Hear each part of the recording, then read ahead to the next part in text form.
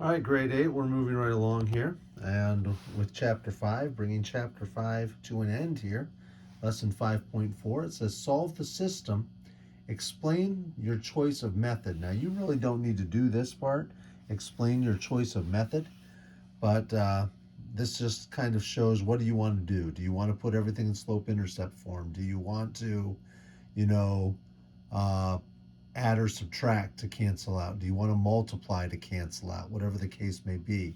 Now, we also today have to deal with special systems of linear equations, which means that we will be dealing with sometimes things have no solution, things have infinite solutions, or it might just have one solution, like what we've been doing throughout this chapter. So let's take a look. Y equals negative 5x minus 2. Well, I'm going to go ahead and, since this one's already in slope-intercept form, I'm going to take this one and put it in slope-intercept form. And I'm going to go ahead and bring that over here, which means that I've got my original one, y equals negative 5x minus 2. And this one, if I bring it over here, I'm going to subtract 5x from both sides. That's going to give me 0. And then over here, I'm going to end up with y equals negative 5x plus 0. But I'm not going to put plus 0, so I'm just going to have y equals negative 5x. So we get everything in slope-intercept form. So now that leaves me to solve the system of linear equations. That leaves me with negative 5x minus 2 equals negative 5x. Well, that's interesting because if I'm going to bring this over to here, because if I just bring the add 2 over here, then I just get add 2 over here. So what I'm going to do is I'm going to go ahead and add 5x to this side, which is going to give me 0. And since I add 5x to this side, I'm going to add 5x to this side. Negative 5x plus 5x equals 0. Well, that's interesting because now that leaves me with negative 2 equals 0. Well, we all know that negative 2 does not equal 0. That's not true. Negative 2 does not equal 0. Thus, this would be one that would be considered no solution. But let's make sure we understand what no solution means when we're talking about solving linear equations. So remember, when we solve a system of linear equations, what we're doing is both equations represent a line. And when we solve the system of linear equations, we are trying to find at what point those two lines intersect, okay? Which means that where do they cross? This one says it's no solution, which means they don't cross anywhere. Well, two lines that don't cross anywhere are what we would consider parallel lines. And parallel lines do not intersect. Just there's no solution with the system of linear equations. Okay, so let's look at this one. 2x minus 4y equals 10. Negative 12x plus 24y equals negative 60. Well, I'm looking at this and I'm thinking, okay, this is going to take a lot of effort to get it in slope-intercept form because this is not y isolated, this is not y isolated. But I'm looking at my 2 and 12 and I'm thinking, okay, I can multiply everything here by 6. That'll give me 212x. Okay, so 2x times 6 is going to be 12x. Negative 4y, okay, times 6 is going to be a negative 24y. That's interesting. And 10 times 6 is going to equal 60. So I multiplied this whole thing by 6. 2x times 6 is 12x. A negative 4 times 6. Negative 4 times 6 is a negative 24.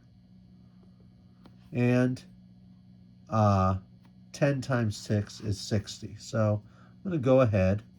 I'm going to cross this off. okay? And I'm going to say, okay, well, what am I going to do? I'm going to go ahead and add, because negative 12 plus 12 is 0. Positive 24 plus a negative 24 is 0. And negative 60 plus 60 equals 0. Well, what does that mean? The fact that they're all zeros. Well, if I look here and I say, okay, what if I took everything here, because I noticed that all the signs are just different. The negative 12 is a positive 12. The positive 24 is a negative 24. The negative 60 is a positive 60. If I take this whole thing, let's say I'm going to take this one here at the bottom, and I multiply it by negative 1. When I multiply by 1, the number's not going to change, but the sign will change. 12 times negative 1 is negative 12. Negative 24 times negative 1 is a positive 24. Negative 60 times a negative 1,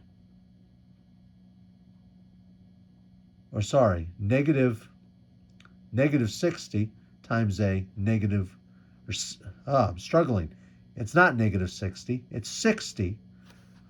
12 times a negative 1 makes a negative 12. This was a negative 24. I times it by negative 1, and I get positive 24. This is a positive 60. I multiply it by negative 1. I get negative 60. What do you notice about these two equations? They're exactly the same, which means they are the exact same line, which means that where do they intersect? Everywhere.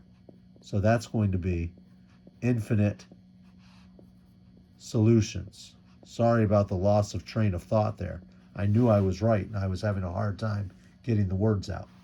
But that's infinite solutions, because those are the exact same equations, which means they're the exact same line.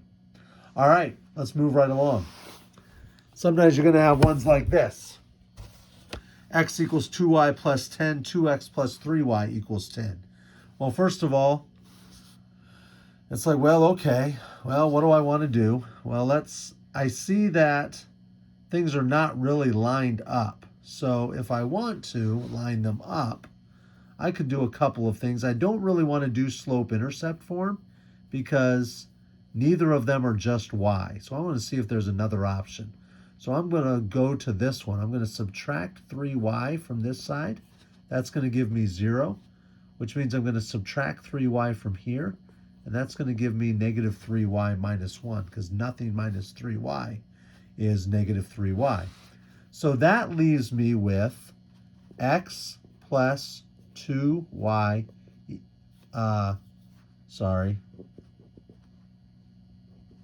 x equals 2y plus 10. And then for this one, it's going to leave me with 2x equals negative 3y minus 1. So now I've got everything lined up. So I could do some multiplication or something. And I see that this is a 2 and this is a 1. So I'm just going to multiply everything by 2. 1 times 2 is going to be 2x. 2 times 2y is going to be 4y. And 10 times 2 is going to be 20. So now I come over here and I'm going to say, okay, so now I've got 2x equals 4y plus 20. And this is 2x equals negative 3y minus 1. So now I'm going to cancel out by subtracting, okay? And so 2x minus 2x, that gives me 0. And so if I subtract 4 minus a negative 3, 4 minus a negative 3 is 7y. 20 minus a negative 1 is 21 plus 21. So now I'm at 7y plus 21 equals 0. Well, I can subtract 21 from both sides. That gives me 0. 0 minus 21 is negative 21. So that leaves me with 7y equals negative 21. Well, if 7y equals negative 21, y must equal negative 3, because negative 21 divided by 7 is negative 3. All right, well, now what? Because I'm solving the system of linear equations, clearly it can be solved. But now I've got y equals negative 3, and I need to plug that in to one of my original equations. But I'm actually going to take it with this one where x is already isolated. So I'm going to take it to one of my original equations. Y equals negative 3. Let's remember that. So I take this equation with y equals negative 23. I'm just going to come down here to do some scratch work.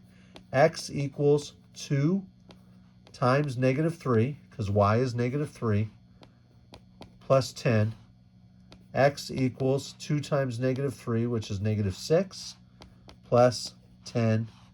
X equals 4, which means my ordered pair is 4, negative 3. Let's double check that. So, well, 2 times negative 3, if I'm going with 4, negative 3. 2 times negative 3 is negative 6. Negative 6 plus 10 is 4. That makes sense. Well, 2 times x, 2 times 4 is 8, plus 3 times y. If y is negative 3, it's 3 times negative 3. 3 times negative 3 is negative 9. So 8 plus negative 9 equals, sure enough, negative 1. The 4, negative 3 fits.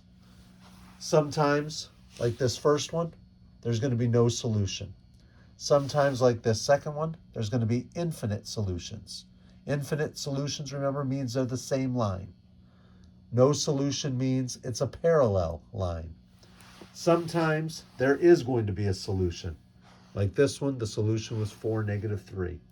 Back to what we've done earlier in the chapter. All right? Talk to you later, grade 8. Bye.